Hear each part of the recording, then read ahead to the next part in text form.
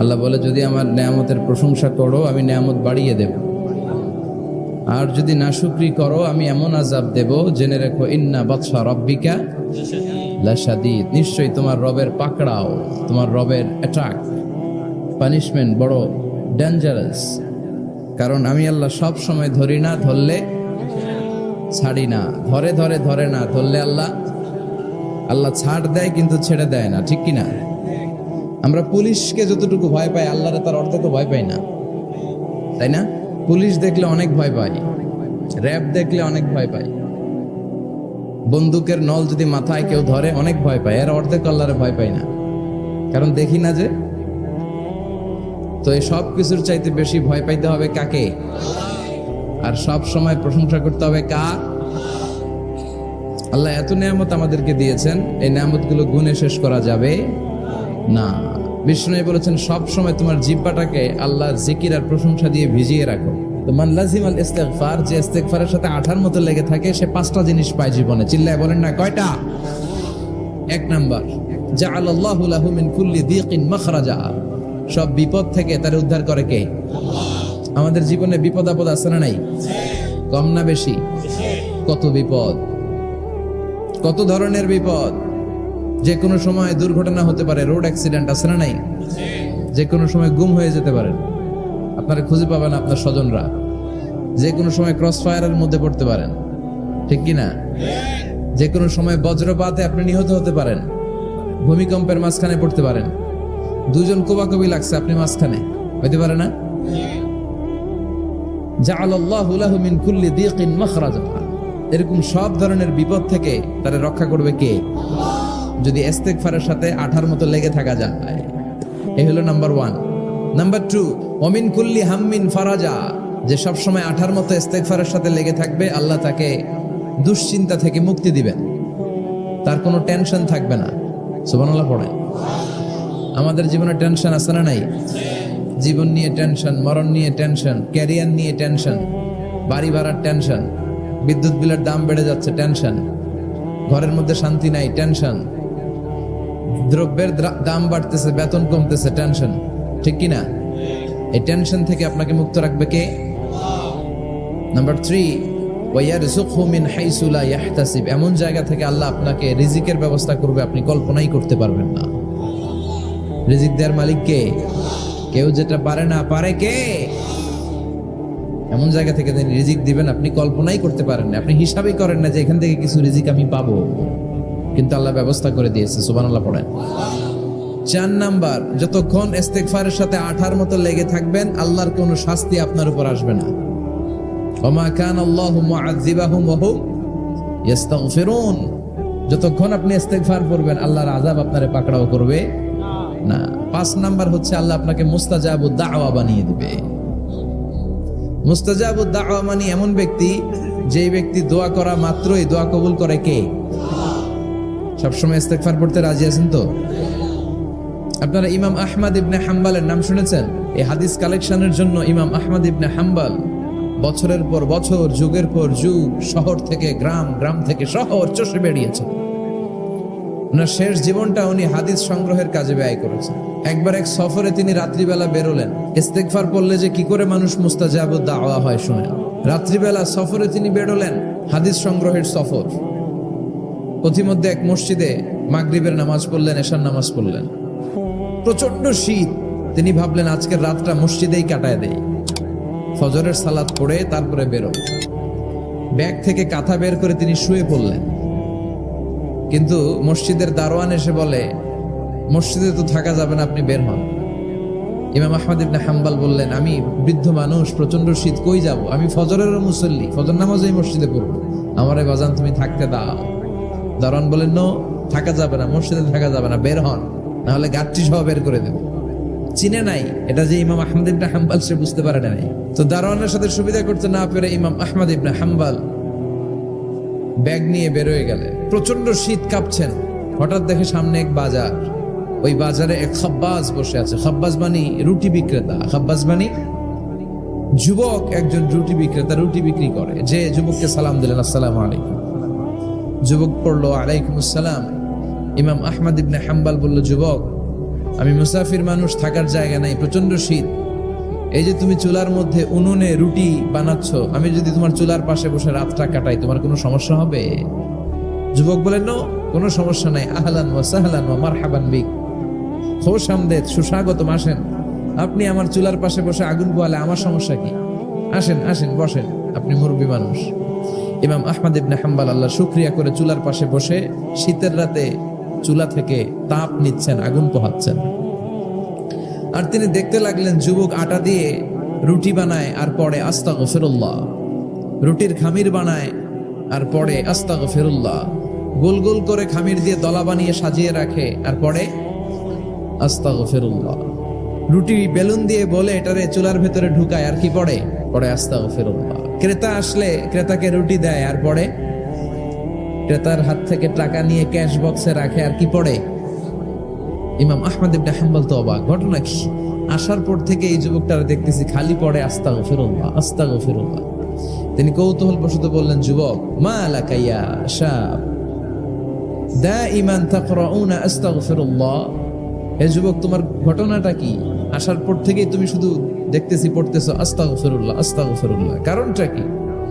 যুবক বলে, আমি সবসময় ইস্তেগফারের সাথে আঠার মতো লেগে থাকি, আর লেগে থাকার কারণে এর বরকতে আল্লাহ আমাকে মুস্তাজাবুদ দাওয়া বানিয়ে দিয়েছে। মানে আল্লাহ আমাকে এমন বানিয়েছে যে আমি দোয়া করা মাত্রই আমার দোয়া কবুল করে কে? ইমাম আহমদ ইবনে হাম্বল বললেন, আনতা মুস্তাজাবুদ দাওয়া, তুমি মুস্তাজাবুদ দাওয়া, মানে তুমি দোয়া করলেই সেটা কবুল হয়ে যায়? যুবক বলে, না, আনা মুস্তাজাবুদ দাওয়া, আমি আমার জীবনে যত দোয়া করেছি সব কবুল করে নিয়েছে কে? আমি মুস্তাজাবুদ দাওয়া, আমি দোয়া করতে দেরি কবুল হতে সেটা দেরি হয় না। তবে আমার পুরো জীবনের সব দোয়া কবুল হলেও একটা দোয়া এখনো কবুল হয় নাই। এটা শুনে ইমাম আহমদ ইবনে হাম্বলের কৌতূহল, কিউরিসিটি আরো বেড়ে গেল। তিনি বললেন, তোমার জীবনের সব দোয়া কবুল হয়েছে, একটা দোয়া কবুল হয় নাই, কি সেই দোয়া আমারে বলো? যুবক বলে, আমার জীবনে যে দোয়াটা কবুল হয় নাই সেটা হচ্ছে, আমি আল্লাহর কাছে দোয়া করে বলেছিলাম, আল্লাহ, শুনেছি এই জামানার সবচেয়ে বড় মুহাদ্দিসের নাম হচ্ছে ইমাম আহমদ ইবনে হাম্বল, আমি যেন ওই ইমাম আহমদ ইবনে হাম্বলের কপালে একটা চুমু দিয়ে মরতে পারি, তুমি তৌফিক দিও। ইমাম আহমদ ইবনে হাম্বল নিজেকে আর ধরে রাখতে পারলেন না, চোখের পানি ছেড়ে দিলেন, যুবককে জড়িয়ে ধরলেন আর বললেন, ইয়া শাব, আহমদ ইবনে হাম্বলের কপালে চুমু দেওয়ার জন্য আহমদ ইবনে হাম্বলের দরবারে তোমার যাওয়ার দরকার নাই, আহমদ ইবনে হাম্বল নিজেই তোমার দরবারে ছুটে এসেছে। আনাল আহমদ ইবনে হাম্বল, আমি নিজেই আহমদ ইবনে হাম্বল। চিল্লায় পড়েন আল্লাহু আকবার। যুবকটি চিৎকার মেরে সাইয়েদনা আহমদ ইবনে হাম্বলকে জড়িয়ে ধরল।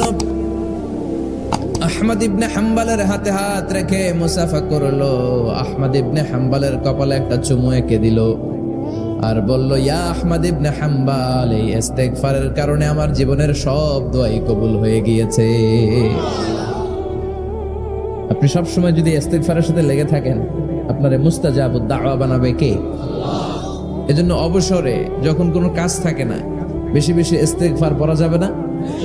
বিশ্বনবী বললেন, লাউ কাতাআতা জিলদাক, গায়ের চামড়াগুলো কেটে কেটে রোদে শুকিয়ে যদি মায়ের পায়ের দুইটা জুতাও বানিয়ে দাও, ছোটবেলা যে দুধ খেয়েছো সেটার এক ঢোক দুধের শোধ আদায় হবে না। এজন্য মা যে কি কষ্ট করে, এখানে বেশিরভাগই আমরা নর্মাল প্রসেসে পৃথিবীতে এসেছি, তাই না? সিজারিয়ান বেবি খুব কম, থাকলে এক দুইটা। নর্মাল প্রসেসে একটা বাচ্চাকে ডেলিভারি করতে একটা মায়ের যে কত কষ্ট হয় আপনি কল্পনাই করতে পারবেন না। চিকিৎসা বিজ্ঞান বলে একজন সুস্থ মানুষ 45 ইউনিট পেইন বা ব্যথা একজন মানুষ সহ্য করতে পারে। ব্যথার তীব্রতা বা মাত্রা যদি 45 ইউনিটের বেশি হয়, যদি ছাড়িয়ে যায়, হয় লোকটা বেহুশ হবে, নয় মরে যাবে। আমার আর আপনার মা যখন আমাদেরকে নর্মাল প্রসেসে ডেলিভারি করেছেন, তখন তারা 45 না 57 ইউনিট প্লাস 57 থেকে 60 ইউনিটের পেইনও তারা ছাড়িয়ে গেছে। 57 ইউনিটেরও বেশি ব্যথা তারা সহ্য করেছে, যেটা কোনো অ্যাক্সিডেন্টে আপনার দেহের 206টা হাড্ডি আছে, তো 20টা হাড্ডি একসাথে কোনো অ্যাক্সিডেন্টে ভেঙে গেলে যত ব্যথা, তার চেয়েও বেশি ব্যথা। এজন্য মায়ের মনে কষ্ট দেয়া যাবে, মায়ের মনে কষ্ট দিয়ে জীবনে কেউ সফল হতে পারে নাই। সাইয়েদনা মূসা আলাইহিস সালাম আল্লাহর একবার জিজ্ঞেস করলেন, আল্লাহ, মাইয়া কুনু জালিসি ইয়াউমাল কিয়ামা, আল্লাহ আমার সাথে কিয়ামতের দিন জান্নাতের সাথী কে হবে? আল্লাহ বললেন জালিসুকা ফিল জান্নাতি জাজ্জার, তোমার সাথী হবে কিয়ামতের দিন বিচার শেষে জান্নাতে যখন ঢুকবা তোমার সাথী হবে একজন কসাই। কসাই চিনেন? কি করে? গোশত কাটে। সাইয়েদনা মুসা আলাইহিস সালাম অবাক হলেন, ঘটনা কি? কসাই, আমি হইলাম নবী আর আমার সাথে জান্নাতে থাকবে? হাউ কাম ইটস পসিবল, এটা কিভাবে সম্ভব? আল্লাহ বললেন নিজেই দেখে আসো এটা কেমন কসাই। সাইয়েদনা মুসা আলাইহিস সালাম ছদ্মবেশে কসাইয়ের দোকানে দাঁড়িয়ে রইলেন। দেখলেন স্পেশাল বিশেষ কোনো আমল নাই, কসাই শুধু গোশত কাটে, গোশত বিক্রি করে। দিন শেষে দোকান বন্ধ করে প্যাকেটের ভেতরে গোশত নিয়ে বাড়িতে রওনা হয়েছে। বাড়ির ভেতরে ঢুকে যাওয়ার পর সাইয়েদনা মুসা আলাইহিস সালাম ঘরের দরজার কড়া নাড়লেন। কসাই বলে মান আনতা, তুমি কে? মুসা আলাইহিস সালাম বললেন আনা মুসাফির, আমি মুসাফির, থাকার জায়গা নেই, আপনি যদি থাকার জায়গা দেন আপনার বাড়িতে থাকবো। কসাই বলে আসেন। সাইয়েদনা মুসা আলাইহিস সালাম ঢুকলেন। কসাই বলে এই ঘরে একটু থাকেন, ওই ঘরে আমার একটু কাজ আছে। মুসা আলাইহিস সালাম বললেন যান, কাজ সেরে আসেন। মুসা আলাইহিস সালাম খেয়াল করলেন ওই ঘরে মাচার উপর থেকে বয়োবৃদ্ধ এক নারীকে তিনি নামিয়ে গোসল করালেন, টাওয়াল দিয়ে গা মুছিয়ে দিলেন, নতুন জামা পরিয়ে দিলেন। এরপর দোকান থেকে আনা সুন্দর গোশতের টুকরাটারে নিজ হাতে কেটে রান্না করলেন। তারপর রুটি বানালেন আর গোশত আর রুটি হাতে নিয়ে ওই মহিলার মুখে তুলে দিচ্ছেন। মহিলা খাচ্ছে, খায় আর বিড়বিড় করে কি যেন দোয়া পড়ে। সুবহানাল্লাহ পড়বেন না? ওই মহিলাকে খাওয়ানোর পরে কসাই সাইয়েদনা মুসা আলাইহিস সালামকে মেহমান হিসেবে খাবার নিয়ে আসলেন। বললেন ও পথিক, খাবার খান, সকালবেলা আপনিও চলে যাবেন, আমিও যাব আমার দোকানে, খেয়ে আপনি ঘুমিয়ে পড়েন। মুসা আলাইহিস সালাম বললেন ততক্ষণ পর্যন্ত তোমার আনা খাবারে আমি হাত দিব না যতক্ষণ না তুমি বলবা ওই মহিলাটাকে। কসাই বলে হাদিহি উম্মি, এটা আমার মা। হাদিহি উম্মি, এটা আমার মা। এই দুনিয়া এই মা ছাড়া আমার কেউ নাই, আমিও ছাড়া আমার মায়ের কেউ নাই। তাই প্রতিদিন দোকানের কাজ শেষ করে গোশত এনে রান্না করে আমার মারে আমি খাওয়াই। হাদিহি উম্মি, এটা আমার জনম দুঃখিনী মা। সাইয়েদনা মুসা আলাইহিস সালাম বুঝলাম তোমার মা, কিন্তু তুমি যখন রুটি তোমার মায়ের মুখের ভেতরে তুলে দিচ্ছিলে তোমার মা বিড়বিড় করে কি যেন পড়লো, কি পড়ে তোমার মা? কসাই বলে আমার মায়ের একটা পাগলা দোয়া আছে। কি দোয়া? আমি জানি কশিন কালো এই দোয়া কবুল হবে না। আবেগের বশবর্তী হয়ে প্রতিদিন আমার মা আমার খেদমতে আমার উপর এত সন্তুষ্ট হয়ে যায়, এত খুশি হয়ে যায়। আমার মা প্রতিদিন বলতে থাকে আল্লাহুম্মা জাআল ইবনি জালিসা মুসা ইয়াউমাল কিয়ামা। ও আল্লাহ, আমার ছেলের খেদমতে আমি এত সন্তুষ্ট, আমার ছেলের উপর আমি এতটাই রাজি খুশি। শুনেছি এই জামানার সবচাইতে বড় পয়গম্বর, বনি ইসরাইলের সবচাইতে বড় নবী, ওই নবীর নাম নাকি মুসা। ও আল্লাহ, আমি এত কিছু জানি না, এত কিছু বুঝি না, এত কিছু চাই না, তোমার দরবারে শুধু একটাই চাওয়া, একটাই ফরিয়াদ, তুমি আমার ছেলেরে কিয়ামতের দিন মুসার সাথে হাসর নসিব করে দিও। আমার ছেলে কসাই ছেলেটারে তুমি মুসার জান্নাতের সাথী বানিয়ে দিও। আল্লাহুম্মা জাআল ইবনি জালিসা মুসা ইয়াউমাল কিয়ামা। জালিস মানে ফ্রেন্ড, বন্ধু। আল্লাহ, জান্নাতে আমার ছেলেরে তুমি মুসার বন্ধু বানিয়ে দিও। মুসা আলাইহিস সালাম এবার বুঝতে পারলেন। তিনি বললেন ঘটনা তো এই জায়গায় এতক্ষণে বুঝতে পেরেছি, কেন আমার সাথে মুফাসসির যাবে না, হাফেজে কোরআন যাবে না, শহীদরা যাবে না, ওলিরা যাবে না, নবীরা যাবে না, আমার সাথে জান্নাতে যাবে কসাই। এটা মায়ের দোয়া। কার দোয়া? মায়ের দোয়ার দরকার আছে না নাই? অনেক পাওয়ারফুল মায়ের দোয়াটা। বুলেট মারলে বুলেট মিস হয়, মায়ের দোয়া মিস হয়। ড্রোন হামলা করলে ড্রোন হামলা মিস হয়ে যেতে পারে, কিন্তু মায়ের দোয়া কশিনকালে মিস হয় না। চিল্লায় বলেন ঠিক কি না? মায়ের দোয়াটাও কবুল, বদদোয়াও কবুল। ভয়ঙ্কর কিন্তু। মা দোয়া করলে কবুল হয়, কিন্তু বদদোয়া করলে কবুল হয় না। এরকম হলে it was not a big deal, এটা বড় সমস্যা ছিল না। কিন্তু দোয়া করলেও যেমনি কবুল, বদদোয়াটাও কবুল। আমাদের সমাজে এরকম অনেক ধরনের কুসংস্কার। 2 কলা খেলে 2 বাচ্চা হয়, তাই না? আসলে কি কথাটা ঠিক? বাচ্চা একটা হবে না, 2টা হবে, ছেলে হবে না মেয়ে হবে, এটা কে দেয়? আবার অনেকের মাথার চুলের মধ্যে 2টা গিট থাকে, আছে না নাই? 2 গিট থাকলে কয় তোর 2 বিয়া, 3 গিট থাকলে 3 বিয়া, গিট নাই কয় তোর বিয়া নাই। আছে না নাই? এগুলো মুসলমান বিশ্বাস করতে পারে? মুসলমান বিশ্বাস করে একজনকে, তিনি কে? নারীরা সম্মানিতা, তাদেরকে সম্মান দিতে হবে। বিশ্বনবী তাদেরকে সম্মান দিতেন। মা আয়েশাকে বিশ্বনবী সবসময় আগে সালাম দিতেন। সুবহানাল্লাহ পড়েন। খাদিজা রাদিয়াল্লাহু তাআলা আনহাকে আল্লাহ তাআলা আরশের উপর থেকে সালাম পাঠিয়েছেন। এজন্য নারীদেরকে সালাম দিবেন বেশি বেশি। ঘরে সুখ শান্তি নাই, অনেকে বলে ঘরটা নাকি জাহান্নামের টুকরা, কারণ সালাম নাই। সালাম মানে শান্তি, সালাম মানে কি? জান্নাতীরা যখন জান্নাতে ঢুকবে, ফেরেশতারা জান্নাতীদেরকে কি বলবে? সালাম, শান্তি। Enter the paradise with peace and security. শান্তি এবং নিরাপত্তার সাথে জান্নাতে ঢুকে যান। এজন্য ঘরটারে শান্তিময় বানাতে চাইলে সালাম দিতে হবে। কি দিতে হবে? আজ থেকে স্ত্রীকে সালাম দিবেন তো ইনশাল্লাহ পড়েন। এই দৃশ্য বাচ্চারা দেখলে বাচ্চারাও সালাম শিখবে, ঠিক কিনা? মা খাদিজার ব্যাপারে আল্লাহ বলেছেন, জিব্রাইল তুমি যে খাদিজারে আমার পক্ষ থেকে সালাম দিয়ে দাও, আর খাদিজারে বলে দাও জান্নাতে খাদিজার জন্য এমন ঘর আমি প্রিপেয়ার করে রেখেছি যেই ঘরের ভিতরে কোনো নয়েজ নাই, কোনো আওয়াজ নাই, কোনো ডিস্টার্ব নাই, আছে শান্তি। সুবহানাল্লাহ। কারণ বিশ্বনবীর জন্য খাদিজা নিজের ঘরটার এরকম নয়েজহীন, কোলাহল মুক্ত, শান্তিময় করে রেখেছিলেন। বিশ্বনবী কোলাহল পূর্ণ দাওয়াতি কাজ শেষ করে যখন ঘরে যেতেন, কলিজাটা ঠান্ডা হয়ে যেত। বিশ্বনবীর জন্য এমন একটা ঘর রেখেছিলেন মা খাদিজা, ওই ঘরে বিশ্বনবী যখন প্রবেশ করতেন, বাইরে যত মারপিট হয়েছে, মারামারি হয়েছে, কাফেরদের যত অত্যাচার সহ্য করেছে, ঘরে ঢোকার সাথে সাথে নবী সব ভুলে যেতে। এত মায়া, শান্তি, প্রশান্তির ঘর খাদিজা বানিয়েছিল। এজন্য আল্লাহ বলেছে, জিব্রাইল খাদিজারে বলো, খাদিজার জন্য এমন জান্নাত আমি রেখেছি যে জান্নাতে কোনো সাউন্ড নাই, আওয়াজ নাই, ডিস্টার্ব নাই, কোলাহল নাই, কোনো নয়েজ নাই। চিল্লায় পড়েন আল্লাহু আকবার। এজন্য মায়েরা খাদিজার জীবনী থেকে শিক্ষা, স্বামীর জন্য ঘরটারে প্রশান্তিপূর্ণ করে রাখবেন। প্রশান্তির একটা জায়গা যেন হয়।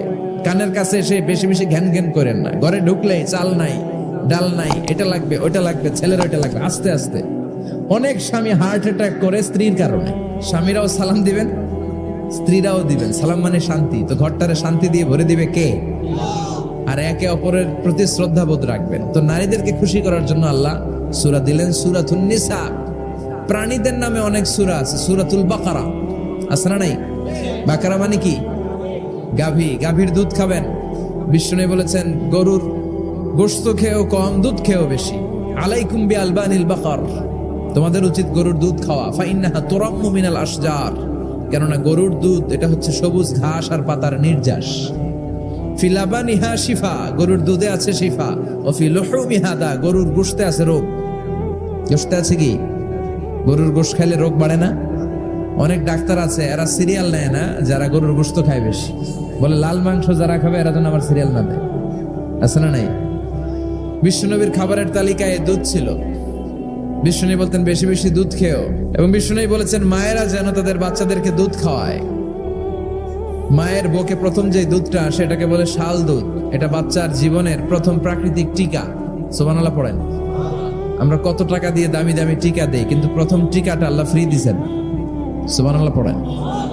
বাকারার নামে সূরা দিলেন, আনকাবুত মাকড়সার নামে সূরা দিলেন, নাহাল মৌমাছির নামে সূরা, নামাল পিঁপড়ার নামে সূরা। সুবহানাল্লাহ পড়েন। এইভাবে আপনি খুঁজলে কোরআনের চ্যাপ্টারগুলো যে কত সুন্দর সুন্দর নাম দিয়ে আল্লাহ দিয়েছেন, তার এই ধারাবাহিকতায় আজকের সূরাটির নাম দিয়েছেন আল্লাহ একটা ফলের নামে। কিসের নামে? 3 ফলের নামে। সূরার নাম কি? সাইয়েদনা বারা ইবনে আযিব রাদিয়াল্লাহু তাআলা আনহু বর্ণনা করেন, বুখারীর বর্ণনা। তিনি বলেন, সামি'তু রাসূলুল্লাহি ইয়াকরাউ সূরাতাত তিন ফি সালাতিল ইশা। আমি বারা ইবনে আযিব রাদিয়াল্লাহু তাআলা আনহু এশার নামাজে বিশ্বনবীকে সূরাতুত তিন তেলাওয়াত করতে শুনেছি। তিনি বলেছেন এশার নামাজে আমি বিশ্বনবীকে সূরাতুত তিন তেলাওয়াত করতে শুনেছি। ফামা সামি'তু আহসানা সাউতিন মিন সাউতি রাসূলিল্লাহ, আল্লাহ রাসূলের কণ্ঠের চাইতে এত মধুর কণ্ঠ আমার জীবনে শুনি নাই। বিশ্বনবী যখন তেলাওয়াত করতেন সাহাবাদের কলিজা ঠান্ডা হয়ে যেত। সাহাবারা মাঝে মাঝে খাবার না পেলে, ঘরে খাদ্য না থাকলে বিশ্বনবীর কাছে চলে আসতেন। এসে বিশ্বনবীর চেহারার দিকে তাকায় থাকতেন, ওনার কণ্ঠে তেলাওয়াত শুনতেন। বিশ্বনবীর তেলাওয়াত শুনলে চেহারার দিকে তাকায় থাকলে ক্ষুধার কথা তারা ভুলে যেতেন। কি কণ্ঠ ছিল বিশ্বনবীর! অনেকে বলে সাইয়েদনা দাউদ আলাইহিস সালামের কণ্ঠ ছিল অনেক চমৎকার, এটা ঠিক। কিন্তু বিশ্বনবীর চাইতে বেশি সুন্দর না। আকাবা উপসাগরের তীরে বসে সাইয়েদনা দাউদ যখন তেলাওয়াত করতেন, সাগরের মাছগুলো সাগর ছেড়ে ডাঙায় চলে আসতো, বনের পশু বন ছেড়ে বাইরে আসতো, আকাশের পাখি আকাশ ছেড়ে দিয়ে নিচে নেমে আসতো। কিন্তু বিশ্বনবীর কণ্ঠটা এর চেয়ে বেশি সুন্দর ছিল। সুবহানাল্লাহ পড়েন। বিশ্বনবী সারাদিন যে কোরআনের আয়াতগুলো নাজিল হয়েছে, প্রত্যেক রাত্রে এশার নামাজের পর ঘরের মধ্যে বসে বসে আয়াতগুলো তেলাওয়াত করতেন। আর মক্কার আবু জাহেল, উতবা, সাইবা, ওয়ালিদ ইবনে মুগীরা সবাই লুকিয়ে লুকিয়ে তেলাওয়াত শোনার জন্য বাড়ির চিপায় চলে আসতো। আবু জাহেল, উতবা, সাইবা এটা কি বিশ্বনবীর পক্ষের লোক না বিপক্ষের? বিপক্ষের লোক হয়েও নবীর কণ্ঠের তেলাওয়াত শোনার জন্য পাগল। তাইলে কণ্ঠটা কি নরমাল কণ্ঠ ছিল? যেন তেন কণ্ঠ ছিল। আবু জাহেল ছিল মক্কা শহরের প্রেসিডেন্ট। সে ঘোষণা দিয়ে দিত, কেউ মুহাম্মাদের কণ্ঠের তেলাওয়াত শুনবা না, শুনতে যেতে পারবা না। সবাইকে নিষেধ করে রাত্রিবেলা চোরের মতো নিজেই যাইতো। সুবহানাল্লাহ পড়ে। হজের মৌসুমে আবু জাহেল ঘোষণা দিয়ে দিল, খবরদার, মক্কায় ঢুকার যতগুলো গেট আছে সবগুলো গেটে তোরা দাঁড়ায় থাকবি, হাজিদেরকে বলবি মক্কায় নতুন একটা পাগল এসেছে, তার কথা যারা শুনে তারাও পাগল হয়ে যায়। নাউজুবিল্লাহ পড়েন। তার কর্মী বাহিনী হজের মৌসুমে বিভিন্ন গেটে পাঠায় দিল। মক্কায় ঢুকার হাজিদের যত গেট, বিভিন্ন দেশ থেকে হাজিরা আসবে, কর্মীদেরকে বলে দিল তোরা বলবি এই এলাকায় নতুন এক পাগলের আমদানি হয়েছে, নাম মুহাম্মদ। পড়েন নাউজুবিল্লাহ। যারাই এই মুহাম্মাদের কণ্ঠের তেলাওয়াত শুনে তারাও পাগল হয়ে যায়। আদেশ অনুযায়ী কর্মীরা মক্কার গেটে দাঁড়িয়ে দাঁড়িয়ে হাজিদেরকে বলল, হাজি সাহেব হজে যান, জমজম খান, খেজুর খান, হজ করেন, সমস্যা নাই, কিন্তু নতুন এক পাগল আসছে, এই পাগলের নাম মুহাম্মদ। এই পাগলের কাছে যারা যায় হেরাও পাগল হয়ে যায়। হাজি সাহেবরা কোনোদিন এই মুহাম্মদ নামটা শুনে নাই, এই প্রথম শুনলো। শুই নাই মনে মনে কয়, যেদিকে যাবো আর নাই যাব, আগে মুহাম্মদের কাছে যাব। সবার আগে কার কাছে যাব? কারণ মানুষের একটা অভ্যাস হচ্ছে, আল ইনসানু হারিসুন আলা মা মুনিআ, মানুষের যেটা করতে নিষেধ করা হয় বেশি ওইটা মানুষ করে বেশি। মনে মনে হাজিরা বলে, তোমরা নিষেধ করছো তো অবশ্যই যাব, দেখি এই মুহাম্মদটা কে। তার মানে আমাদের বিরুদ্ধে অপপ্রচার করলে এটা আমার পক্ষের প্রচার হয়ে যায়। সুবহানাল্লাহ পড়ে। ইসলামের বিরুদ্ধে অপপ্রচার করলে এটা কি হয়ে যায়? প্রচার হয়ে যায়। ইউরোপ আমেরিকাতে ইসলামের নামে ট্যাগ লাগায় এক্সট্রিমিস্ট, জঙ্গি। আমরা নাকি জঙ্গি, আমরা নাকি এক্সট্রিমিস্ট। তো যারা সিভিলিয়ান আছে, খ্রিস্টিয়ান সিভিলিয়ান, ইউরোপ আমেরিকার সাধারণ জনগণ, তারা ভাবে ঘটনা নাকি মুসলমানদের বিরুদ্ধে এত কথা কেন? তারা ইসলাম নিয়ে গুগলে সার্চ করে, বিভিন্ন বই পড়ে, কোরআনের ইংলিশ ট্রান্সলেশন পড়ে। আগে তারা ইসলাম সম্পর্কে জানতো না, কিন্তু সবাই যখন বলা শুরু করছে জঙ্গি জঙ্গি জঙ্গি, ইসলাম মানেই জঙ্গি, তখন তারা ইসলাম সম্পর্কে পড়তে শুরু করে দিয়েছে। পড়তে পড়তে ইসলামের সুন্দর বাণীগুলো পড়ে ওদের হৃদয় ঠান্ডা হয়ে যায়। যাদের নসিব ভালো, অনেকে কালিমা পড়ে মুসলমান হয়ে যায়। ইউরোপ আমেরিকাতে মুসলমানের সংখ্যা দিন দিন বাড়ছে। মাঝে মাঝে পত্র পত্রিকায় দেখবেন যে কনভার্টেড মুসলমান, ও মুসলমান, ও মুসলমান। ধারণা করা হচ্ছে 2070 সালের মধ্যে ইউরোপ আর আমেরিকায় মুসলমান হয়ে যাবে সংখ্যাগরিষ্ঠ। খ্রিস্টানদের ছাড়িয়ে মুসলমানদের সংখ্যা ইউরোপ আমেরিকায় বেড়ে যাবে। সুবহানাল্লাহ পড়েন। সেই দিন বেশি দূরে নয় যেদিন কালেমার পতাকা হোয়াইট হাউসের উপরে শোভা পাবে। ঘোষণাটা কার? চিল্লায় বলেন, ওয়াদাটা কার? আবু জাহেল ঘোষণা দিয়েছে কেউ যেতে পারবে না, কিন্তু লুকিয়ে লুকিয়ে নিজেই যায়। একটা নির্ধারিত সময়ে বিশ্বনবী তেলাওয়াত করতেন, আর ওই তেলাওয়াতের সময় আবু জাহেল, উতবা, সাইবা, ওয়ালিদ ইবনে মুগীরা সবাই লুকিয়ে লুকিয়ে বিশ্বনবীর ঘরের চারদিকে কান পেতে মধুর কণ্ঠের তেলাওয়াত শুনতো। ফ্রি ফ্রি আরামসে শুনতো এই তেলাওয়াত। বিশ্বনবীর তেলাওয়াত যখন শেষ হয়ে যেত, এরা ভাগলপুর দিত দৌড়। ফিরে যাওয়ার রাস্তা থাকতো একটা, কয়টা? দেখা হয়ে যেত। একজন আরেকজনকে দোষারোপ করতো। আবু জাহেল বলতো, কিরে তোরা আসলি কেন? ওরা বলে, তুই এলি কেন? দিনের বেলা ভাষণ দেশ মুহাম্মদের বিরুদ্ধে, রাত্রে বেলা চোরের মতো তুই আসিস কেন? একে অপরকে দোষারোপ করে। আবু জাহেল বলে, ঠিক আছে, কাল থেকে আমিও আসবো না, তোরাও আসবি না। চল আমরা শপথ নেই যে কেউ আসবো না। দস্তখত দে, সিগনেচার দে, যেই আসবে তার মাথার চুল কামিয়ে আলকাতরা মেখে মক্কার বাজারে ঘুরিয়ে ঘুরিয়ে অপমান করা হবে। সবাই রাজি। আবু জাহেল বলে, দে রাজি হইলে সিগনেচার দে, সবাইকে আবু জাহিল্লা তুই না তা তুই আগে দে। আবু জাহেল 1 নাম্বার, নাম্বার 2 উতবা, নাম্বার 3 শাইবা, সবাই সিগনেচার। কালকে কেউ যাবে না, কেউ যাবে না। দিন গড়িয়ে রাত আসে, বিশ্বনবীর যখন তেলাওয়াত করার টাইম, ওই টাইমে আবু জাহেলের তেলাওয়াত শোনার প্যারা উঠছে। যারা সিরিয়াল দেখে, সিরিয়াল দেখার প্যারা আছে না একটা, 9টায় সিরিয়াল শুরু হবে, 8:30 থেকে প্যারা ওঠে। কথা কন, আমার সিরিয়াল শেষ হয়ে গেল, সব কাজ বাদ দে, তাড়াতাড়ি টিভির সামনে বস, আছে না নাই? আবু জাহেলেরও প্যারা উঠছে, তেলাওয়াত শোনার প্যারা। টসিং এন্ড টার্নিং, বিছানায় এপাশ ওপাশ করে আর মনে মনে ভাবে, হায় রে আর তো সময় নাই, এই তো শুরু হয়ে যাবে একটু পরে মুহাম্মাদের তেলাওয়াত, না গেলে তো বড্ড মিস হয়ে যাবে। যাই আজকে যেরকম দস্তখত নিছি আর ধমক দিছি, কেউ যাবে না, আমি নিশ্চিত কেউ যাবে না, আমি একটু যাই। উতবা, শাইবা, ওয়ালিদ ইবনে মুগীরা প্রত্যেকেই প্রত্যেকের ঘর থেকে এই একই কথা ভাবছে যে আজকে তো যেই থ্রেড দিছে আবু জাহিল্লাই, আজকে কেউ যাবে না, আমি একটু যাই। সুবহানাল্লাহ পড়ো। আজকেও সবগুলো যে হাজির, বিশ্বনবী মন্ত্রমুগ্ধ করা সুরের ঝংকার তুলে তেলাওয়াত করছেন, আর সবগুলো মন্ত্রে মুগ্ধের মতো তেলাওয়াত শুনছে। বিশ্বনবীর তেলাওয়াত শেষ, সব দিছে দৌড়, ফিরে যাওয়ার রাস্তা কয়টা? আজকেও দেখা। আবু জাহিল্লা কয়, কিরে তোর আইলি কেন? সবাইকে আবু জাহিল্লা তুই আইলি কেন? একে অপরকে দোষারোপ করে। এই ঘটনাটা শোনানোর উদ্দেশ্য হচ্ছে বিশ্বনবীর কণ্ঠটা যেন তেন কোনো কণ্ঠ ছিল না, এই কণ্ঠে সুরের ঝংকার ছিল, ঠিক কিনা? এজন্য সাইয়েদনা বারা ইবনে আযিব রাদিয়াল্লাহু তাআলা আনহু বুখারীর বর্ণনায় বললেন, ফামা সামি'তু আহসানা সাওতান মিন সাওতি রাসূলিল্লাহ, বিশ্বনবীর কণ্ঠের চাইতে এরকম সুরেলা কণ্ঠ আমার জীবনেও আমি শুনি নাই। আর বিশ্বনবীকে এই সূরাটা কোন নামাজে পড়তে শুনছে? পড়বেন তো আপনারা? আল্লাহ তৌফিক দান করো। এই সূরাটা আল্লাহ কসম দিয়ে শুরু করছে, কি দিয়ে? 3 ফলের কসম দিয়ে। মনে রাখবেন, মান কানা ইয়াহলিফ ফালইয়াহলিফ বিল্লাহ, যার কোনো কারণে কসম কাটতেই হয় সেজন্য আল্লাহর নামে কসম কাটে, আউলিয়াসমুত, আর না হলে যেন চুপ থাকে। আল্লাহ ছাড়া কারো নামে কসম কাটা যাবে? কিন্তু আমাদের দেশে অনেক কিছুর নামে কসম আছে না নাই? আমরা কোরআন শরীফের নামে কসম কাটি, অনেক সময় কাবার নামে কসম কাটি, মায়ের বুকের দুধের কসম, বিদ্যার কসম কাটি না? কাটা যাবে? আল্লাহ ছাড়া কারো নামে কসম কাটা যাবে? কিন্তু আল্লাহ চাইলে সবকিছুর নামে কসম কাটতে পারেন। চিল্লায় কোন সুবহানাল্লাহ।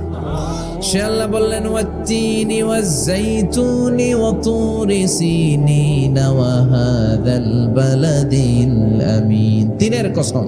যেমন আল্লাহ কোরআনে যুগের শপথ করেছেন, সময়ের কসম করেছেন। আল্লাহ বলেছেন ওয়াল আসর। কি বলেছেন? ওয়াও আছে না নাই? আল্লাহ পাহাড়ের কসম করেছেন, আল্লাহ বলেছেন ওয়াত-তুর। আল্লাহ ফজরের কসম করেছেন, আল্লাহ বলেছেন ওয়াল ফাজর। জিলহজের প্রথম 10 রাতের কসম করেছেন, তিনি বলেছেন ওয়ালায়ালিন আশার। জোড় আর বেজোরের কসম করেছেন, তিনি কি বলেছেন? ওয়াতর। তারই ধারাবাহিকতা এখানে তিনি 3 ফলের কসম কেটেছেন, আর তিনি বলেছেন ওয়াত্তিন। চিল্লায় বলেন, তিনি কি বলেছেন? মানে 3-এর কসম। কিসের কসম? 3 ফল। ডুমুর ফলের কসম কেটেছেন, কারণ এই ফলের অনেক উপকারিতা আছে। এই ডায়াবেটিস আল্লাহ ভালো করে দিবে। কি খাবেন? ডুমুর ফল খাবেন। অনেক নারীদের ইররেগুলার মেনস্ট্রুয়েশনাল পিরিয়ড হয়, অনিয়মিত অনিয়ন্ত্রিত মাসিক। এই ডুমুর ফলের সেদ্ধ করা পানি যদি খায়, তাদের মাসিক নিয়মিত হয়ে যাবে। এটার মধ্যে অনেক স্ট্রেংথ এন্ড স্ট্যামিনা আছে। আর এই ফলটা জান্নাতি ফল। কি ফল? এটা জান্নাতি ফল। এই 3 গাছটা জান্নাতের গাছ। সাইয়েদনা আদম আলাইহিস সালামকে আল্লাহ বললেন, ওয়ালা তাকরাবা হাযিহিশ শাজারাতা ফাতাকুনা মিনাজ যালিমিন। ও আদম, তুমি আর হাওয়া মিলে জান্নাতে ঘুরো, জান্নাতে খাওয়া দাওয়া করো, যা মনে চায় করো, কিন্তু একটা নিষিদ্ধ গাছ আছে, ওই গাছের কাছে যাওয়া যাবে না। কার কথা? সব খাও, সব করো, কিন্তু নিষিদ্ধ গাছের কাছে যাওয়া যাবে না। আদম আলাইহিস সালাম শয়তানের ওয়াসওয়াসায় পড়ে ওই গাছের ফলই খেয়ে ফেললেন। ওয়ালাকাদ আহিদনা ইলা আদম মিন ক্বাবলু ফানাসিয়া ওয়া লাম নাজিদ লাহু আজমা। আমি আদমকে স্পেশাল একটা অর্ডার করেছি, ওই অর্ডার আদম রক্ষা করতে পারে নাই। পারবে কেমন? আদম তো ভুলে গেছে। আদম আলাইহিস সালাম কি করছে? ভুলে গেছে। ভুল করে তিনি খেয়ে ফেললেন। শয়তানের ওয়াসওয়াসায় পড়ে শুধু আদমই খান নাই, হাওয়াও খেলেন আলাইহিমাস সালাম। খাওয়ার সাথে সাথে ওনাদের জান্নাতের পোশাকগুলো খুলতে আরম্ভ করলো, নেকেড হতে শুরু করলেন। আদম আর হাওয়া দুইজনে কি হতে শুরু করলেন? উলঙ্গ হতে শুরু করলেন, গায়ের মধ্যে আর জামা নাই। সম্মানিত ভাইয়েরা, এখানে শিক্ষণীয় যে বিষয়টা সেটা হচ্ছে শয়তানের কাজ, শয়তানের মিশন জান্নাতেও যেটা ছিল দুনিয়াতেও এটা।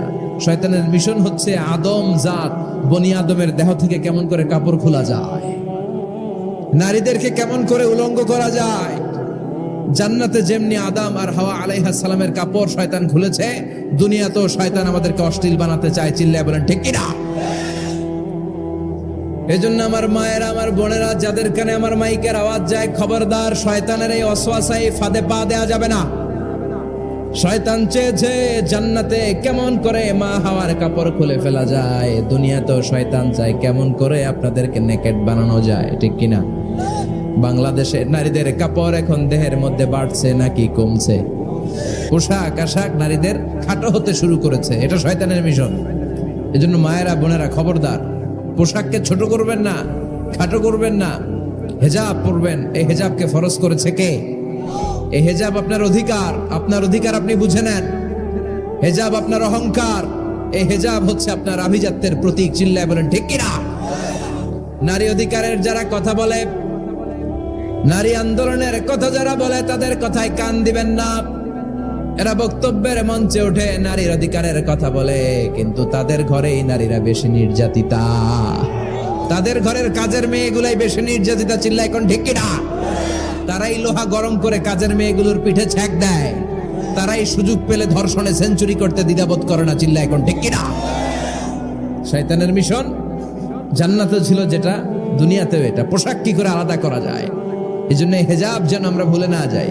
হেজাব আপনার আভিজাত্যের প্রতীক, আপনার সৌন্দর্য, আপনার সম্ভ্রম, আপনার স্ট্যাটাস তো আপনার হেজাবের মধ্যে শোভা পায়। ঠিক কিনা? কিন্তু দিনকে দিন পোশাক ছোট হতে শুরু করেছে।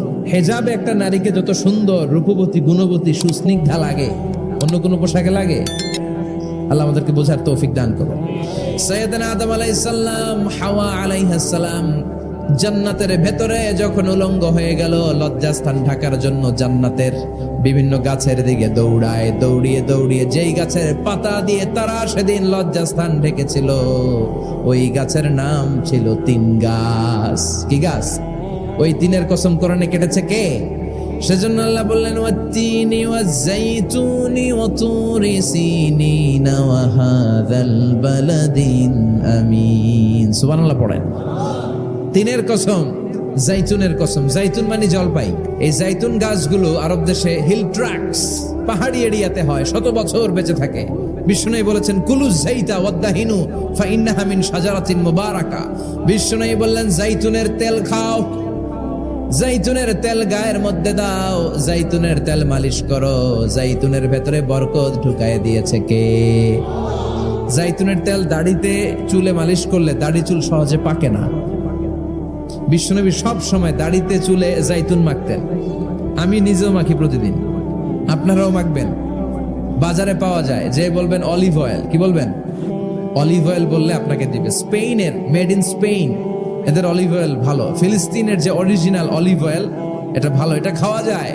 তাম্বুতু বিদ্দুহুনি ওয়া সিবগিল্লিল আখিলিন, এটার অনেক কাজ, খাওয়াও যায়, মালিশও করা যায়, জাইতুনের ডাল ভেঙে মেসওয়াকও করা যায়। সুবহানাল্লাহ পড়েন। বিষ্ণু বললেন নি'মাস সিওয়াকি আয-যাইতুন, জাইতুনের মেসওয়াক কতই না ভালো। ফাইন্নাহা সিওয়াকি ওয়া সিওয়াকুল আমবিয়াই মিন ক্বাবলি, কেননা আমি বিশ্বনবী নিজে জাইতুনের ডাল ভেঙে মেসওয়াক করি, আমার আগে লক্ষাধিক নবীরা সবাই জাইতুনের ডাল দিয়ে মেসওয়াক করেছেন। সুবহানাল্লাহ পড়েন। আপনার দেহের ব্যাড কোলেস্টেরলের লেভেল কমে যাবে যদি জাইতুন আপনি খান। দাড়িতে মাখবেন, চুলে মাখবেন, আবার সালাদের মধ্যেও জাইতুনের তেল দিয়ে খাওয়া যায় যদি এক্সট্রা ভার্জিন হয়। এরপরে রব্বুল আলামিন বলেন ওয়া তুরি সিনিন,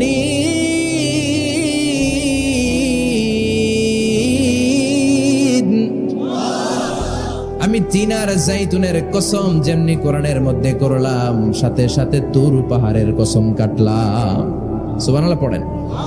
সাউথ সাইনা, দক্ষিণ সিনাইয়ে এই তুর পাহাড়ের অবস্থান। মিশরে 2টা জেলা আছে, উত্তর সিনাই, দক্ষিণ সিনাই। এই দক্ষিণ সিনাইতে 2285 মিটার উঁচু এই পাহাড়। সাইয়েদনা মুসা আলাইহিস সালাম এই পাহাড়ে উঠে কথা বলতেন কার সাথে? তাওরাতের মতো কিতাবকে আল্লাহ তাআলা কাঠের তক্তার মধ্যে লিখে এই পাহাড়ের উপর নাজিল করেছে। কাঠের তক্তা চিনেন? কাঠ দিয়ে মোটা মোটা তক্তা বানায় না? আল্লাহ নিজ হাতে তাওরাত লিখে এই কাঠের তক্তাগুলো সাইয়েদনা মুসা আলাইহিস সালামকে দিলেন, বললেন যাও, এটার মধ্যে হেদায়েত আছে, নূর আছে, বুরহান আছে, নিয়ে যাও, বনি ইসরাইলের কাছে দাওয়াতের বাণী পৌঁছে দাও, তুমি বার্তাবাহ, যাও। সাইয়েদনা মুসা আলাইহিস সালাম দেখলেন ছোট্ট ছোট্ট কিছু কাঠের ফলকার তক্তা, ভাবলেন কাঁধের মধ্যে তুলে নিয়ে যাই, এর চেয়েও কত ভারী ভারী জিনিস আমি মুসা কাঁধের মধ্যে তুলে বেড়াই। কিন্তু সাইয়েদনা মুসা আলাইহিস সালাম তক্তার মধ্যে হাত দিয়ে দেখে কাঁধে উঠাবে তো দূরের কথা, নাড়াতেই পারে না। সুবহানাল্লাহ পড়েন। কাঁধে উঠাবে তো দূরের কথা, কি করতে পারে না? নাড়াতেই পারে না। মুসা আলাইহিস সালাম ভাবলেন এদিক দিয়ে মনে হয় শক্ত, ওদিকে মনে হয় নরম, ওদিক দিয়ে ধরি, ওদিকে টান দেয়, ওদিকেও নড়ে না, মাঝখানে ধরে টান দেয়, নড়ে না। ঘটনা কি? এর চেয়ে কত বড় তক্তা কাঁধে লয়ে ঘুরি, আর এগুলো নড়ে না কেন? আল্লাহ জিব্রাইলরে বলেন না একটু হেল্প করতে? আল্লাহ বললেন যাও, তোমারে হেল্প করতে কইছে। মুসা আলাইহিস সালাম বললেন ভাই জিব্রাইল তুমি এদিক দিয়ে ধরো, আমি ওদিক দিয়ে ধরি। আমরা এরকম ধরে বলি না মারো টান হেইয়ো, এই দুজনে হেইয়ো হেইয়ো শুরু করছি, কিন্তু তক্তা নড়ে না। মুসা আলাইহিস সালাম বললেন চলো পজিশন চেঞ্জ করি, তুমি এদিকে আমি ওদিকে, মারো টান আরো জোরে, কিন্তু তক্তা নড়ে না। মুসা আলাইহিস সালাম বললেন আল্লাহ জিব্রাইলের যে সঙ্গী ফেরেশতা 11 বলো না একটু হেল্প করতে। আল্লাহ বলে যাও হেল্প করে আসো। এবার সবাই মিলে মারো টান আরো জোরে, গায়ে যত জোর আছে মুসা আলাইহিস সালাম তক্তা ধরে টান দিলেন। টানের চোটে প্রত্যেকটা লোমকূপ দিয়ে ঘাম বেরোতে শুরু করেছে। এক একটা টানে কোমরের রক ছিঁড়ে যাওয়ার অবস্থা, কিন্তু তক্তা নড়ে। আল্লাহ ডেকে বললেন মুসা রক ছিঁড়ার দরকার নাই, আর ঘেমে অস্থির আর ঘর্মাক্ত হওয়ার দরকার নাই। আসলে তক্তার এত ওজন না, কিন্তু তক্তার মধ্যে যে বাণীগুলো আছে বাণীগুলো কার? এটা আমার বাণী রে মুসা, এগুলো আমার কথা, এগুলো আমার দেওয়া কিতাব, এগুলো সাধারণ দুনিয়ার বাণী নয়, সাধারণ কথা নয়। এই জিনিসটা বোঝাবার জন্য তক্তার ওজন আমি বাড়িয়ে দিয়েছি। এবার ফেরেশতার সাহায্যের দরকার নাই, নিজেই টান দাও, দেখবা উঠাতে পারবা। সাইয়েদনা মুসা আলাইহিস সালাম এখন দেখে টান দিয়ে কাঁধে নেওয়া যায়। সুবহানাল্লাহ পড়েন। এই যে তুর পাহাড় তিনি মুসা আলাইহিস সালামকে দিয়েছিলেন, যেই পাহাড়ের উপরে, পাহাড়টার নাম তাওরাত কিতাব যে তিনি দিয়েছিলেন, যে পাহাড়ের উপরে, ওই পাহাড়টার নাম কি? তুর পাহাড়। বিশ্বনবী মেরাজে যখন গিয়েছিলেন সাইয়েদনা জিব্রাইল এই তুর পাহাড়ে বিশ্বনবীকে নামিয়ে বললেন অন্ধকার, ইয়া রাসূলুল্লাহ উদউ আল্লাহ, আল্লাহর কাছে দোয়া করেন। বিশ্বনবী বললেন জিব্রাইল দোয়া করলাম, কিন্তু কোন জায়গায় কোন পাহাড়ের উপরে আমারে নামালা? আমি তো এলাকা চিনি না, পাহাড় চিনি না, কোন পাহাড় এটা? সাইয়েদনা জিব্রাইল বললেন নবী হাদিহি জাবাল মুসা তুরে সাইনা, এটা আপনার ভাই মুসার পাহাড়, তুর পাহাড়। সুবহানাল্লাহ। এটার চূড়ায় বিশ্বনবী দোয়া করেছেন। এবং ইয়াজুজ মাজুজের আক্রমণ থেকে বাঁচার জন্য ঈসা আলাইহিস সালাম কিয়ামতের আগে সব মুমিন বান্দাদেরকে নিয়ে তুর পাহাড়ের উপরে উঠবে। সুবহানাল্লাহ পড়ে। আমি নিজেই তুর পাহাড়ের উপরে উঠছি 2 বার জীবনে। আমি মিশরে ছিলাম তো, ওখানে আমি শিক্ষা সফরে 2 বার আমরা প্রায় তুরে সাইনাতে সফর করতাম। ঠান্ডা একটা এলাকা, মিশরে পুরো মিশরে গরম, ওদিকে ঠান্ডা। 3 ধর্মের লোকদের জন্য এটা একটা তীর্থস্থান, সবাই যায়, ইহুদিরা যায়, খ্রিস্টানরা যায়, আমরাও যেতাম। মাঝরাতে তুর পাহাড়ে উঠতে হয়, ফজরের সময় পৌঁছতে হয়, আবার 7টা-8টার দিকে ব্যাক করতে হয়। 10টা-11টার পরে সূর্যের তাপে পাথরের পাহাড় এত গরম হয় ওখানে কোনো মানুষ দাঁড়িয়ে থাকতে পারে না। আমরা উঠতেছি কাঁধের মধ্যে ব্যাগ নিয়ে, খ্রিস্টানরা উঠতেছে, ইহুদিরা উঠতেছে। ওটার উপরে খ্রিস্টানদের একটা চার্চ আছে, গির্জা, ইহুদিদের আছে একটা ছোট্ট সিনাগগ, আমাদের একটা মসজিদ আছে ছোট। ফজরের সময় উঠলাম, উঠে তাকিয়ে দেখি সূর্য কিরণে পুরো তুর পাহাড়ের সিলসিলাতুল জিবাল, পাহাড়ি রেঞ্জ ঝিকিমিকি আলোতে সূর্যের কিরণে চমৎকার এক আভা, রক্তিম আভা ধারণ করেছে। সবাই মিলে আল্লাহর কাছে দোয়া করলাম, এই তুর পাহাড়ের কসম কেটেছে কে?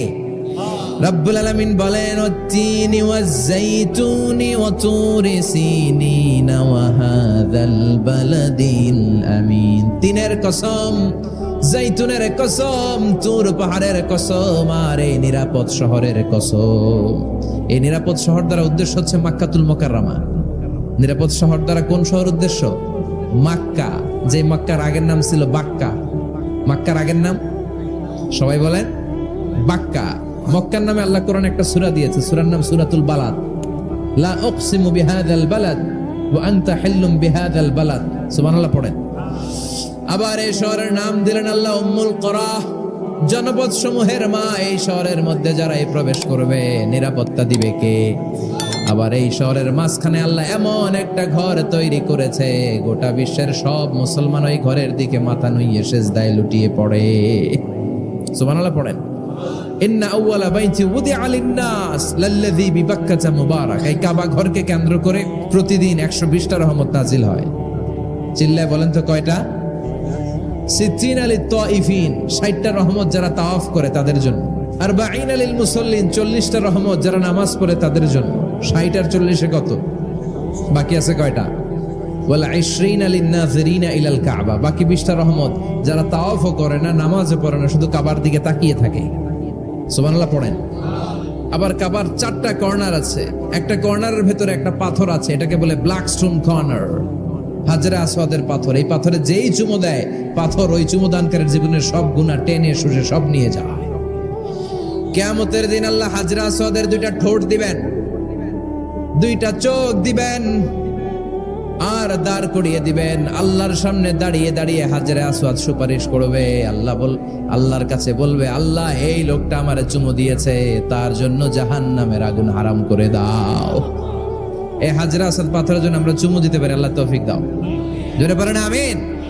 এই নিরাপদ শহরের কসম, শহরটার নাম মক্কা। চিল্লায় বলেন শহরটার নাম।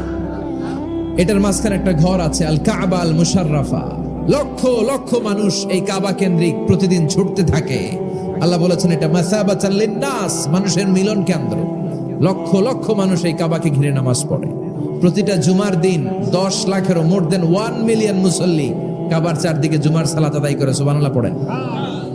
আজান হওয়া মাত্রই মৌমাছির মতো মানুষগুলো ছুটতে থাকে। আজান হতে দেরি, যদি 20-30 তলা হোটেলের কোনো ছাদ থেকে আপনি খেয়াল করেন, দেখবেন মৌমাছির মতো ডানে বায়ে সামনে পেছনে চারিদিক থেকে শারে আল হিজরা দিয়ে, শারে আজিয়াত রোড দিয়ে, গাজ্জা দিয়ে, জারওয়াল দিয়ে, মেসফালা দিয়ে, ইব্রাহিম খালিলি দিয়ে মানুষগুলো কাবার দিকে ঢুকতে শুরু করেছে, ঠিক কিনা? আবার বিশ্বনবী বলতেন, মক্কা তো হাব্বুল বিলাদ ইলাইয়া, মক্কা শহর আমার কাছে সব চাইতে প্রিয় শহর। লাউলা উখরিজিতু লামা খারাজতু, মক্কার কুরাইশরা কাফেররা যদি এই শহর থেকে জোর করে আমারে বের করে না দিত, আমি কোনোদিন মক্কা ছেড়ে দূরে যেতাম না। সুবহানাল্লাহ পড়েন। বিশ্বনবীর জন্মস্থান এই শহর, যেখানে বিশ্বনবী জন্মেছেন ওইখানে আছে মাকতাবা, লাইব্রেরি। কি আছে? হজ উমরা যারা করেছেন তারা দেখবেন ওখানে গেলেই ফ্রিতে বই দেয়। কি দেয়? বিশ্বনবীর জন্মস্থানের ঠিক পাশেই আবু জাহেলের জন্মস্থান। ওইখানে কি আছে জানেন? হাম্মাম, হাম্মাম আবি জাহাল। বাঙালি হাজিদের বুক ভরা ঘৃণা তার জন্য। বাঙালি হাজিরা বলে, আবু জাহিল্লার টয়লেট কই, যাইয়া সব ভরাই দিয়ে আসুন। জেদ্দাতে নেমেই খুঁজতে আরম্ভ করে, আবু জাহিল্লার টয়লেট কই। সবাই বলে, এই না জেদ্দায় আসলেন, মক্কা তো 80 কিলো দূরে, আপনি যাবেন, ওমরা করবেন, বিশ্রাম নেবেন হোটেলে, এরপরে জিয়ারা যখন করায় তখন ওখানে নেয়। কিন্তু নাইম্মাই কই আবু জাহিল্লার টয়লেট কই। কি ক্ষোভ তার প্রতি, না? কি ক্ষোভ আর ঘৃণা। আর বিশ্বনবীর জন্য অন্তর ভরা ভালোবাসা আছে না নেই? এজন্য ইসলাম হচ্ছে শান্তির ধর্ম। জঙ্গিপনা যারা করে, সন্ত্রাসবাদের কথা যারা সমাজে উস্কে দেয়, তাদের জন্য ইসলামে কোনো শান্তি নাই। আবু জাহেল ছিল সন্ত্রাসদের লিডার, ঠিক কি না? Leader of the all terrorist, কুখ্যাত ইন্টারন্যাশনাল সন্ত্রাসী আবু জাহেল। আর বিশ্বনবী ছিলেন মুজাহিদ। বিশ্বনবী কি ছিলেন? মুসা আলাইহিস সালাম ছিলেন মুজাহিদ। ফেরাউন ছিল কুখ্যাত সন্ত্রাসী আর জঙ্গি, ঠিক কি না? সাইয়েদনা ইব্রাহিম ছিলেন মুজাহিদ আর নমরুদ ছিল জঙ্গি, ঠিক কি না? যারা ইসলামের পক্ষে কথা বলে তারা মুজাহিদ, আর যারা ইসলামের বিপক্ষে তারা সন্ত্রাস আর জঙ্গি। চিল্লায় বলেন ঠিক কি না? সে আল্লাহ ডেকে বললেন, গোলামুত্তিনি ওয়াজ-যাইতুনি ওয়া তুরি সিনিন ওয়া হাযাল বালাদিল আমিন। 3 ফলের কসম, জাইতুনের কসম, তুর পাহাড়ের কসম, বিশ্বনবীর জন্মস্থান মক্কাতুল মুকাররমার কসম। 4টা জিনিসের কসম কেটেছে কে? চারটা জিনিসের কসম কেটে আল্লাহ একটা কথা বলবেন, ওই কথাটার গুরুত্ব বেশি না কম? লাকাদ খালাকনাল ইনসানা ফি আহসানি তাকওয়িম। সবাই পড়েন, লাকাদ খালাকনাল ইনসানা ফি আহসানি তাকওয়িম। নিশ্চয় আমি মানুষের চেহারাটারে, আকৃতিটারে বড্ড চমৎকার আকৃতি দিয়ে তৈরি করেছি। সুবহানাল্লাহ। মানুষের মতো কোনো সুন্দর প্রাণী পৃথিবীতে নাই। আছে? গরু দেখবেন সবগুলোর চেহারা একরকম, কুকুরের অলমোস্ট সব কুকুরের কেন্দ্রীয় চেহারা এক, সব ছাগলের কেন্দ্রীয় চেহারা এক, কিন্তু একটা মানুষের সাথে আরেকটা মানুষের চেহারা মিলে? আমার সাথে হুজুরের চেহারার মিল আছে, হুজুরের সাথে ভাইয়ের, ভাইয়ের সাথে আপনার। 700 কোটি মানুষ নাকি পৃথিবীতে এখন আছে। এই 700 কোটির সাথে একটার লগে আরেকটার মিলে? কত 700 কোটি ময়রা কবরে ভূত হয়ে রয়েছে, একটার সাথে আরেকটার মিল ছিল? আরো কত 700 কোটি যে কিয়ামতের আগে আসবে, একজনের সাথে আরেকজনের চেহারার কোনো মিল খাবে? এরপর আপনি হিউম্যান অ্যানাটমি নিয়ে গবেষণা করেন, পায়ের পাতা থেকে শুরু করে মাথার তালু পর্যন্ত একটার পর একটা অঙ্গ এমন ভাবে আল্লাহ তৈরি করেছে, পৃথিবীর কোন ডিজাইনারের কোন ডিজাইন দ্বারা এটাকে মাপজোক আর পরিমাপ করা সম্ভব না। চিল্লায় বলেন ঠিক কিনা? এজন্য আল্লাহ বললেন, লাকাদ খালাকনাল ইনসানা ফি আহসানি তাকওয়িম। মানুষকে চমৎকার আকৃতি দিয়ে তৈরি করেছে কে? আমাদের যে অঙ্গটা ঠিক যেখানে বসানো দরকার, ঠিক সেই অঙ্গটা আল্লাহ তাআলা ওইখানেই বসিয়েছে, ঠিক কিনা? আল্লাহর সৃষ্টির মধ্যে কোনো খুঁত ধরার, ভুল ধরার ক্ষমতা কারো আছে? এক লোক বট গাছের তলায় বসে বিশ্রাম নিচ্ছে, আর বট ফল দেখে অবাক যে এত মোটা বট গাছ, ফলগুলো এত ছোট। বট ফল ছোট হয় না নাকি এত বড়? আর পাশেই ছিল কুমড়া গাছ, লাউ গাছ। আল্লাহরে গালে দিতেছে, আল্লাহর কি রুচি! চিকন চিকন কুমড়া গাছ, চিকন চিকন লাউ গাছ, এত বড় ফল, আর ইয়া মোটা বট গাছ, এতটুকু ফল। আল্লাহরে গালি দিতে দিতে ঘুমাই গেছে। আল্লাহরে গালি মারতে মারতে কখন যে ঘুমাই গেছে নিজেও জানেন। হঠাৎ একটা বট ফল পড়ছে একেবারে নাকে, লাফ দিয়ে উঠেছে। উঠে দেখে নাক দিয়ে রক্ত বেরোচ্ছে, ব্লিডিং। নাকের রক্ত মুছে আর পড়তে আরম্ভ করছে আলহামদুলিল্লাহ। কি পড়ে? মনে মনে কয়, আল্লাহরে কেন গালি দিলাম? ওই কুমড়া যদি এইখানে হইতো, ওই লাউ যদি এইটার উপরে হতো, কুমড়া যদি একটা নাকের উপরে পড়তো, আমি নিজেই কুমড়া হইয়া যাইতাম। ঠিক কিনা? সুবহানাল্লাহ পড়েন। মা খালাকতা হাদা বাতিলা। এমনি এমনি আল্লাহ কিছু বানায় নাই, যেখানে যেটা যতটুকু দরকার সেটা করে দিয়েছে কে? চোখ যেখানে থাকা দরকার চোখ দিছে কে? নাক যেখানে দরকার নাক দিছে কে?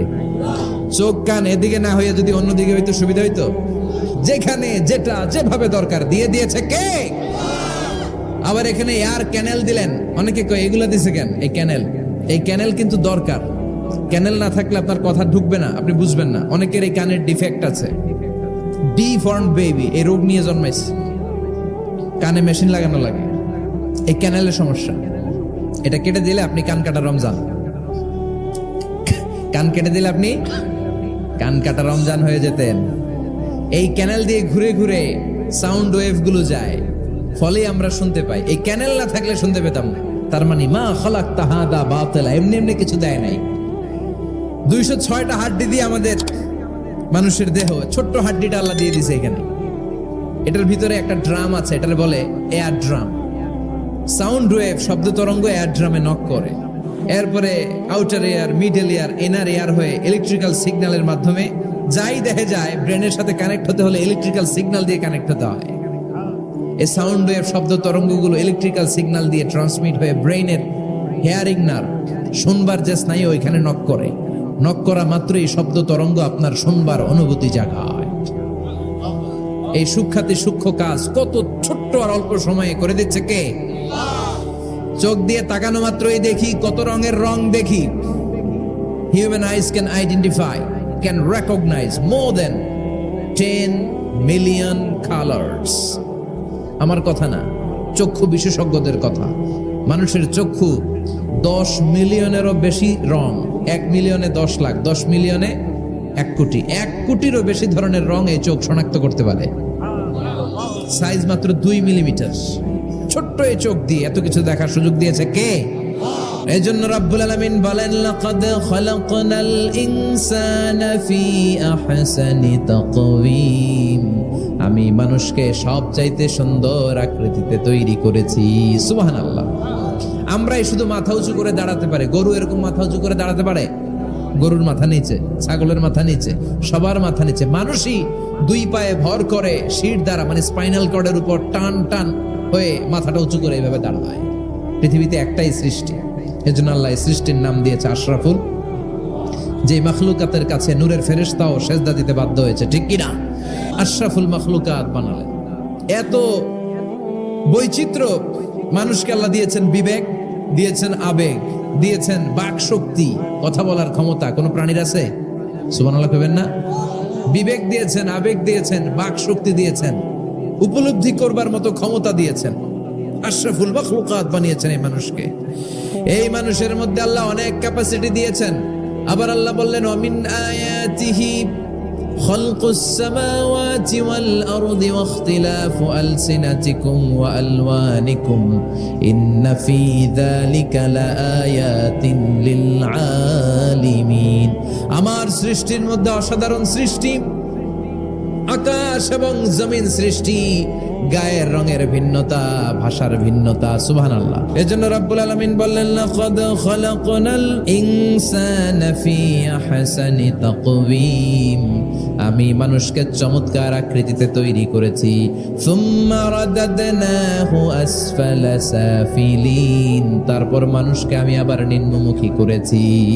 মানুষের সৌন্দর্যটা সব সময় থাকে না। এই যে যুবক অবস্থায় আমাদের কি সুন্দর চামড়া, কি সুন্দর দেহ, বয়স যখন 70-80 হবে এরকম থাকবে? কথা বলেন না। এই কালো দাড়িগুলো সাদা হয়ে যাবে, বয়সের ভারে মিজানুর রহমান আজহারি নুজ্জ হয়ে যাবে, লাঠি লাগবে তখন। তখন স্টেজে উঠবে, হায়াতে বাসায় থাকলে লাঠি নিয়ে উঠতে হবে। কথা কর। আমার নানা বাইরে দেখতাম গাড়িতে একটা লাঠি রাখতো, মরহুম পীর সাহেব গোলাম সাদেক সাঈদী। গাড়িতে সব সময় লাঠি, এই লাঠি নিয়ে গাড়ি থেকে বেরোতো, লাঠি দিয়ে সিঁড়ি বেয়ে উঠতো, মাঝে মাঝে আমরা ধরেও উঠাতাম। তো উনি কি এরকম ছিল না? একদিন ইয়াং তাগড়া যুবক, রং ধরা যৌবন, জং ধরে শেষ থাকে না। আসফালা সাফিলিন এর দুইটা তাফসীর, একটা হচ্ছে ইলা আরজালিল উমর, সব সময় মানুষ যুবক থাকে না, একটা সময় তারে বৃদ্ধ বানিয়ে দেয় কে? আবার আল্লাহ বুঝালেন, মানুষ ভালো হলে অনেক ভালো হয়, খারাপ হলে অনেক খারাপ। মানুষ ভালো হলে ফেরেশতার চেয়ে ভালো, মানুষ খারাপ হলে পশুর চেয়েও খারাপ। কথা বলেন ঠিক কিনা? এক পশু আরেক পশুরে মারে না, এক পশু আরেক পশুরে হত্যা করে না, কিন্তু মানুষ মানুষের মারে কি মারে না? A lion never kills a lion, a dog never kills a dog, an elephant never kills an elephant. একটা হাতি একটা হাতিরে মারে না, কুকুর কুকুরে মারে না, কিন্তু মানুষ মানুষকে মারে কিনা? এজন্য আল্লাহ বললেন, লাকাদ খালাকনাল ইনসানা ফি আহসানি তাকওয়িম সুম্মা রাদাদনাহু আসফালা সাফিলিন ইল্লাল্লাযীনা আমানু ওয়া আমিলুস সালিহাতি ফালাহুম আজরুন গায়রু মামনুন। দুই শ্রেণীর মানুষের এই বিপদ নাই, যারা ঈমান এনেছে, সৎ কর্ম করেছে। কার কথা? তবে ঈমানটা হতে হবে নির্ভেজাল। ওই ঈমানে শিরকের কোনো ছিটেফোঁটা থাকতে পারবে? তাহলে ওই ঈমান আপনারে মুক্তি দিবে। চিল্লায় বলেন ঠিক কিনা? ওয়া আমিলুস সালিহাত, নেক কাজ করে, সৎ কাজ করে, ফালাহুম আজরুন গায়রু মামনুন, তাদের জন্য এমন প্রতিদান আছে যেটা শেষ হবে না। আমাদের জন্য সবচেয়ে বড় প্রতিদান হচ্ছে জান্নাত। মুমিনের জন্য সবচেয়ে বড় পাওয়া হচ্ছে জান্নাত। চিৎকার করে বলতে হবে, সবচেয়ে বড় প্রতিদান কি? তার মানে যারা ঈমান আনবে, নেক কাজ করবে, তাদের হারাবার কিছু নাই। চিল্লায় কোন ঠিক কিনা? আমাদের হারানোর কিছু আছে? আমরা মল্লে শহীদ বাঁচলে, মল্লে শহীদ বাঁচলে, এজন্য ঈমানটা হতে হবে পাকা ঈমান। ঈমানদার কখনো পথ হারায় না। ঈমানদার ভরসা রাখে কার উপর? আপনি যদি ঈমানের পক্ষে থাকেন, কোরআনের পক্ষে থাকেন, ইসলামের পক্ষে থাকেন, আপনার উপর আযাব আসবে, গজব আসবে, বিপদ আসবে, নবীদের উপর যেমনি এসেছে। ঠিক কিনা? ঝুঁকি যদি আসে, ভয় যদি আসে, আপনার উপর আযাব যদি আসে, শাস্তি যদি আসে, অত্যাচার আসে, মুমিন কখনো ভয় পায়? কথা বলেন। মুমিন কখনো পথ হারায় না, মুমিন কখনো আশা ছাড়ে না। চিল্লায় বলেন ঠিক কিনা? কারণ মুমিন খুব ভালো করে জানে, রাত্রি যত গভীর হয়, সুবহে সাদিকের সময় কাছে আসতে থাকে। কথা বলেন। গর্ভবতী মায়ের পেটের ব্যথা যত বাড়তে থাকে, নতুন মেহমান আসার সময় কাছে আসতে থাকে। তেমনি ইসলামের পক্ষে যারা কথা বলে, ইসলামের পক্ষে যারা লড়াই করে, হকের ব্যাপারে যারা বাতিলের বিরুদ্ধে আপোষহীন, তাদের উপর যত অত্যাচার আসবে ইসলামের বিজয়ের সময় কাছে ঘনাতে থাকবে। চিল্লায় বলেন ঠিক কিনা? ইসলাম জিন্দা হতা হয় হার কারবালা কি বাত। প্রতিটা কারবালার রক্তক্ষয়ী সংগ্রামের পরে ইসলামের বিজয় আসে। ইসলামের বিজয় মিষ্টি কথায় আসে না। ইসলামের কথা, ইসলামের বিজয়টা এমনি এমনি আসে না। ইসলাম জিন্দা হতা হয় হার কারবালা কি বাত। প্রতিটা কারবালার রক্তক্ষয়ী সংগ্রাম দিয়ে ইসলামের পতাকা উড়ে। চিল্লায় বলেন ঠিক কিনা? সে আল্লাহ বললেন ইল্লাল্লাযীনা আমানু ওয়া আমিলুস সালিহাতি ফালাহুম আজরুন গায়রু মামনুন ফামা ইউকাযযিবুকা বা'দু বিদ্দীন আলাইসাল্লাহু বিআহকামিল হাকিমিন। ও নবী, এরপরেও কোন জিনিস তাদেরকে ইসলাম থেকে দূরে রাখে? তাদেরকে জিজ্ঞেস করেন আমি কি শ্রেষ্ঠতম বিচারক নই? সব বিচারকের শ্রেষ্ঠ বিচারক কে? কার বিচারে কোনোদিন জুলুম হয় না? চিল্লায় বলেন। আল্লাহর বিচারে কেউ কোনোদিন ঠকবে? তিনি সবচেয়ে শ্রেষ্ঠতম বিচারক। বিশ্বনবী বললেন সূরাতুত তিন তেলাওয়াত করতে করতে কেউ যখন এই অষ্টম আয়াতে চলে আসে সেজন্য বলে বালা ওয়া আনা আলা যালিকা মিনাশ শাহিদিন। আল্লাহ, আমি সাক্ষ্য দিচ্ছি আপনি শ্রেষ্ঠ বিচারক। আপনার চাইতে শ্রেষ্ঠ বিচারক হতে পারে? দুনিয়াতে যে বিচারগুলো পান নাই, আপনি কি মনে করছেন আখেরাতে এই বিচার হবে না? কথা বলেন। আপনার উপর জুলুম করা হয়েছে, আপনাকে নির্যাতন করা হয়েছে, এগুলোর বিচার করবে কে? আপনার জমি মেরে খেয়ে দিয়েছে, আপনার সম্মান নষ্ট করেছে, বিচার করবে কে? যত অন্যায় বিচার পৃথিবীতে হয়েছে এগুলোর নতুন করে বিচার হবে। সেই বিচারকের সবচেয়ে বড় বিচারকের ভূমিকা পালন করবে আমাদের আল্লাহ। আহকামুল হাকিমিন। আল্লাহ put a question to the audience, to the মুমিনিন। মুমিনদের কাছে আল্লাহ একটা প্রশ্ন রেখে এই সূরাটা শেষ করেছেন। আলাইসাল্লাহু বি আহকামিল হাকিমিন। আমি কি শ্রেষ্ঠতম বিচারক নই? এজন্য আমাদের ভরসা সব সময় একজনের উপর, তিনি কে? আল্লাহ। আর মুমিন কখনো আশা হারায় না। মুমিন তাওয়াক্কুল করে কার উপর? ভরসা রাখে কার উপর? বিপদে আপদে, সকালে বিকালে, সর্বাবস্থায় ফরিয়াদ করে একজনের কাছে, তিনি কে? আল্লাহ আমাদের সবাইকে কথাগুলো বুঝার আমল করার তৌফিক দান করুক। আমরা পড়ি আমিন।